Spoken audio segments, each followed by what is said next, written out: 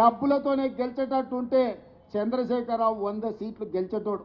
లారీల కొద్ది పైసలు ఉన్నాయి ఆయన దగ్గరనే కాదు, ఆయన కొడుకు దగ్గర, ఆయన బిడ్డ దగ్గర, ఆయన అల్లుని దగ్గర, ఆయన సడ్డకుని దగ్గర, అల్మారీల బీరువాలలో కాదు లారీల నిండా రూపాయలు ఉన్నాయి. మరి వాళ్ళు సీట్లు ఎందుకు గెలవలేదు? కామారెడ్డిలో చంద్రశేఖరరావుని బండకేసి కొట్టిరు ప్రజలు. కాబట్టి ఇవాళ సొమ్ములతో ఎన్నికల్లో గెలుస్తామనే విధానాన్ని మర్చిపోండి.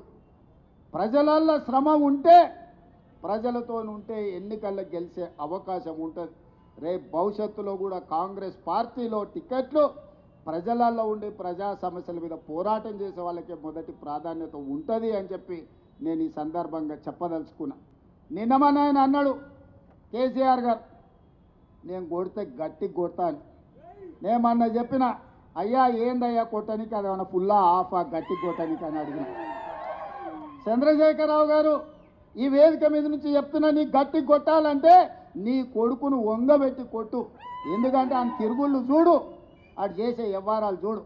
నీ బిడ్డను 2 జప్పరి, ఎందుకంటే లిక్కర్ దందాలో ఉండి ఈడ నిన్ను ఓడించిందే కదా, ఆడ కేజ్రీవాల్ని కూడా మింగేసింది. నీ అల్లుడు భూదందాలు సప్పరి, నీ అల్లుని పట్టుకొని 4 గట్టిగా కొట్టు. వాళ్ళను కొడుకుని కొట్టు, అల్లుని కొట్టు, బిడ్డను కొట్టు, సడ్డకుని కొడుకుని కొట్టు, గట్టి కాదు కట్టె తీసుకొని కొట్టు.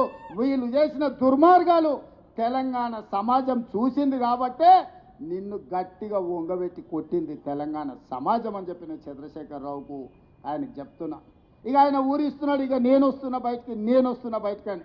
అయ్యా నువ్వు బయటకు వచ్చినప్పుడు, నువ్వు కుర్చీలో ఉన్నప్పుడే మా యూత్ కాంగ్రెస్ కార్యకర్తలు నిన్ను బండకేసి కొట్టిరు. మళ్ళీ వచ్చేదేముంది?